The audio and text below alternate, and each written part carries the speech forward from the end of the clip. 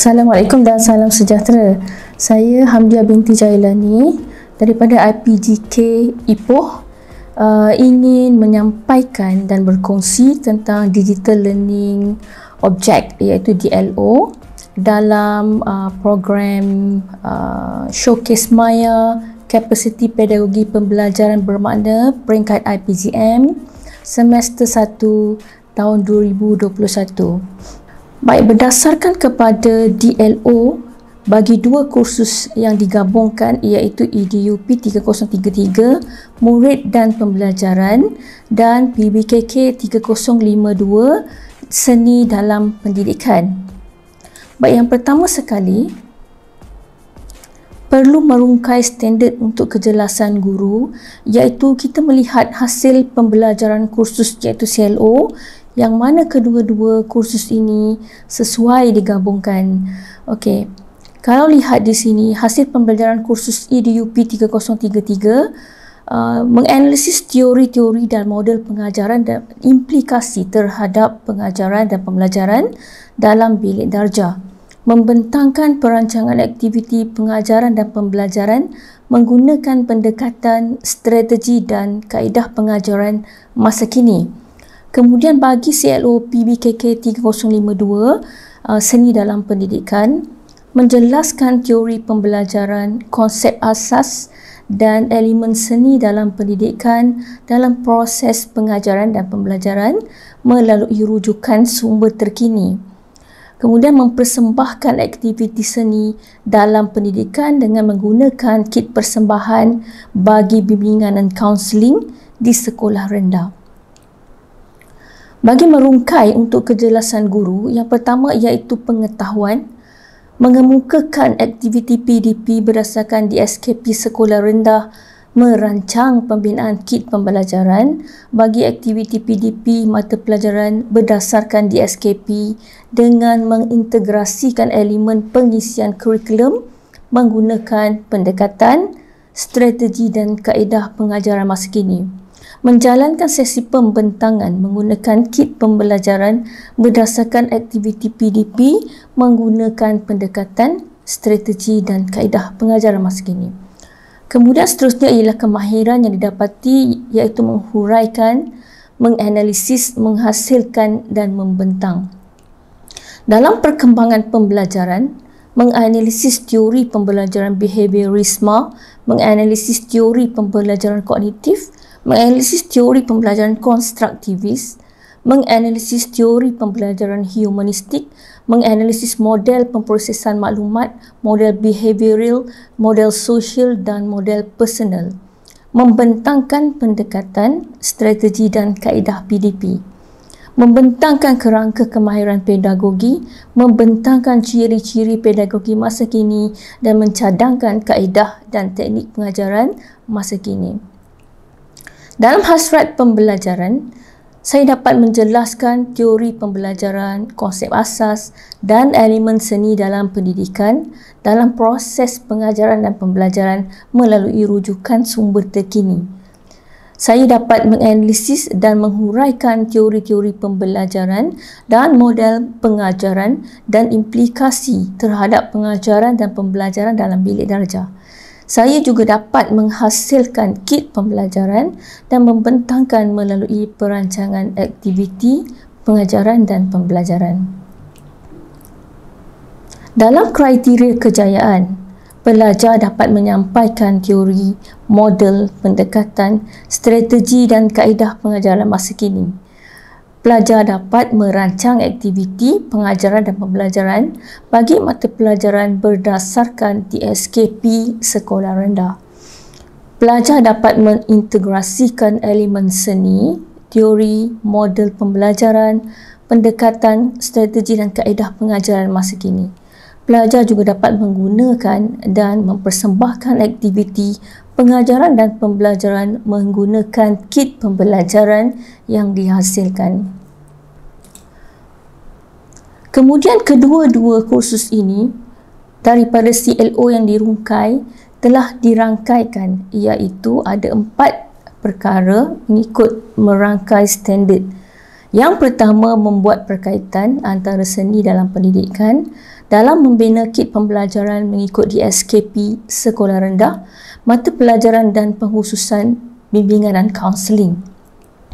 Merancang aktiviti pengajaran dan pembelajaran sesuai dengan kit pembelajaran yang dihasilkan mengikut DSKP sekolah rendah. Mengintegrasikan elemen seni, teori, model pembelajaran, pendekatan, strategi dan kaedah pengajaran masa kini. Membuat pembentangan bagaimana kit pembelajaran digunakan dalam pengajaran dan pembelajaran, iaitu berkaitan pendekatan, strategi dan kaedah pengajaran masa kini. Kemudian perkara penting lagi adalah backward design, iaitu di mana di sini kita membina big idea dan essential questions. Okey, big idea bagi kedua-dua kursus ini adalah kelestarian, pemangkin kesejahteraan hidup. Antara essential question yang dikemukakan adalah apakah yang dimaksudkan dengan kelestarian? Bagaimanakah kelestarian menjadi pemangkin kesejahteraan hidup? Bagaimana kesejahteraan hidup boleh dicapai? Bagaimana pengajaran dan pembelajaran lestari membentuk kesejahteraan hidup? Adakah kesejahteraan hidup perlu dicapai? Apakah maksud kesejahteraan hidup? Baik, kefahaman tentang kelestarian pemangkin kesejahteraan hidup ini bermaksud jikalau ilmu dapat diamalkan secara berterusan, pasti akan membawa kepada kehidupan yang lebih bermakna dan sejahtera.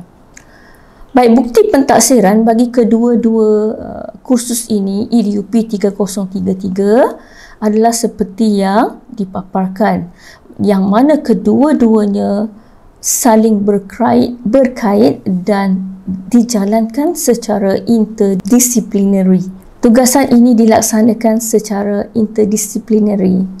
Seterusnya, bagi pembelajaran bermakna, KPBB ini telah mewujudkan kompetensi 6C terhadap diri para pelajar, iaitu karakter sasiah. Pelajar bertanggungjawab dan mahir mencari pembelajaran untuk menjana pengetahuan dan kemahiran yang diperlukan. Citizenship iaitu kewarganegaraan. Pelajar menggunakan kefahaman mereka dalam konteks baharu dan berbeza. Kolaboratif, setiap ahli kumpulan terlibat dalam perbincangan untuk menentukan keputusan terbaik yang memberi manfaat kepada semua ahli pasukan. Communication iaitu komunikasi. Pelajar tahu big idea, tugasan dan cara yang terbaik untuk menyampaikannya dengan gabungan alat dan cara komunikasi yang betul. Critical thinking iaitu pemikiran kritis, pembinaan pengetahuan yang bermakna, pelbagai disiplin dan dipamerkan melalui pemikiran kritikal yang mantap dan praktikal. Dan akhir sekali ialah creativity, yang mana pelajar secara aktif menjana, bekerjasama dan berusaha ke arah memahami big idea melalui pelbagai proses dan kemahiran berfikir. Bagi model pembelajaran murid, kita lihat di sini bahawa menggunakan where to, iaitu penerangannya, where to adalah where, W, memberi peluang pelajar berfikir, berkongsi dan merancang tindakan untuk menyelesaikan masalah PDP dan menyiapkan tugasan. Hook, memberikan kebebasan kepada pelajar untuk mengaplikasi pelbagai strategi, kaedah dan teknik yang sesuai dalam menyelesaikan masalah. Equip, mencuba lebih dari 2 strategi yang boleh digunakan dalam penyelesaian masalah. Rating, penggunaan pelbagai alat semasa menyelesaikan masalah, khususnya pemanfaatan digital. Evaluate, membuat semakan dalam menyelesaikan masalah dengan menggunakan model penyelesaian masalah yang tertentu. Talent, menyerlahkan keupayaan pelbagai kecerdasan iaitu multiple intelligences dalam penyelesaian masalah seperti logik, visualisasi dan sebagainya. Organize, penggunaan pendekatan kolaboratif dan kooperatif seperti think, pair, share dan round robin. Baik, dalam model ini terdapat 3 yang berkait dengan model pembelajaran murid, iaitu perhubungan, belajar cara belajar dan juga aspirasi. Baik, perhubungan yang dimaksudkan adalah pelajar dengan pelajar sesama unit, pelajar dengan pelajar berlainan unit, pelajar dengan pensyarah yang mengajar, pelajar dengan pensyarah di institusi yang sama, pelajar dengan guru atau pensyarah di institusi yang berlainan. Belajar cara belajar pula melibatkan pembelajaran berpusatkan pelajar, perbincangan dalam kumpulan, mendapatkan maklum balas terhadap permasalahan, belajar melalui proses berfikir. Dan ketiga adalah aspirasi. Pelajar dapat membangunkan harga diri dan berbangga dengan institusi mereka. Pelajar melibatkan diri sepenuhnya dalam aktiviti pembelajaran, wujud sikap bertanggungjawab dan berkeyakinan dalam diri pelajar.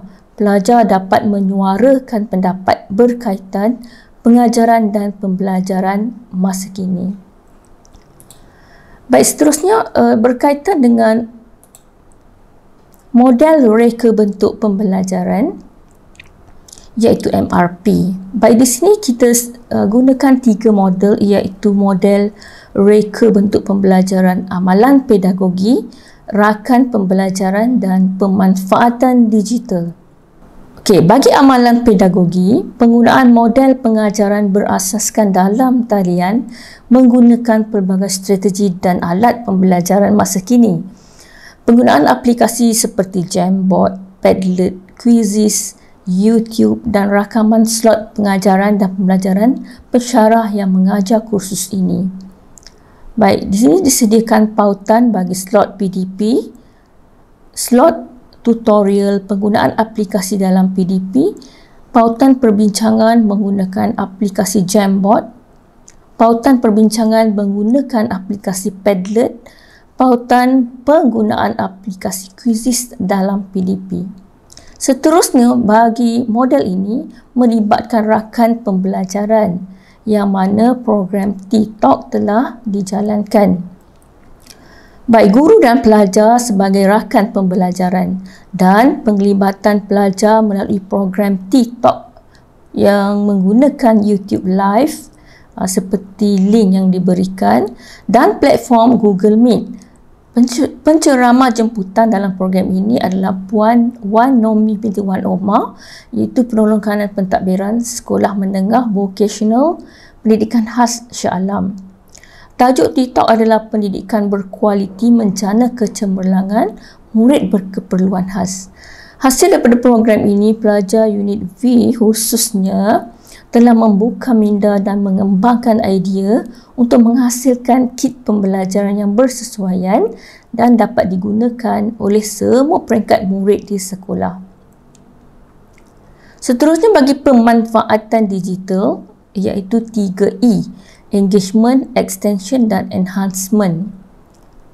Berdasarkan gambar yang ditunjukkan tadi, engagement iaitu perbincangan antara pelajar dengan pelajar dalam unit yang sama, pelajar dengan pelajar dalam kumpulan yang sama, pelajar dengan pensyarah kedua-dua kursus iaitu Dr. Hamdiah dan Puan Latifah, pelajar dengan dunia luar iaitu Puan Nomi, guru penolong kanan pendidikan khas. Idea-idea dan pandangan daripada pihak guru dan kaunselor semasa menjalankan PBS di sekolah juga diperoleh oleh pelajar. Extension pula iaitu melibatkan medium dalam talian seperti Google Meet, kedua-dua link bagi kursus EDUP 3033 dan PBKK 3052, Google Classroom dan juga YouTube live streaming menggunakan open broadcasting system. Seterusnya, enhancement iaitu bagaimana bantuan daripada program TikTok memberikan idea kepada pelajar dalam menghasilkan kit pembelajaran yang sesuai dengan DSKP dan boleh digunakan bagi semua guru. Pemanfaatan digital 3R yang mana melibatkan rigor dan relevan, juga memberikan idea kepada pelajar dalam mencipta kit pembelajaran, penggunaan elemen seni visual dan boleh diguna pakai dalam mata pelajaran yang sesuai. Pencarian bahan dan idea melalui blog YouTube, laman web juga memberikan keyakinan semasa sesi pembentangan, dan hasil kit ini dapat digunakan bagi pelbagai jenis murid termasuklah yang berkeperluan khas dalam membina kerjaya. Sumber akses terbuka termasuklah Eric, MyJournal, DuckDuckGo, Scopus dan lain-lain.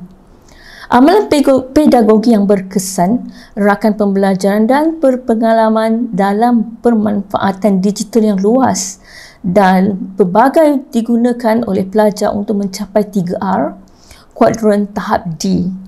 Para pelajar membuat pembacaan, menganalisis maklumat dan bahan yang didapati melalui internet, mencipta kit pembelajaran, membuat demonstrasi mengaplikasi kit tersebut dalam pengajaran dan pembelajaran. Dan pautan akses terbuka telah dipaparkan dalam slide inilah. Baik, saya rasa sekian saja untuk pembentangan hari ini. Saya ucapkan terima kasih.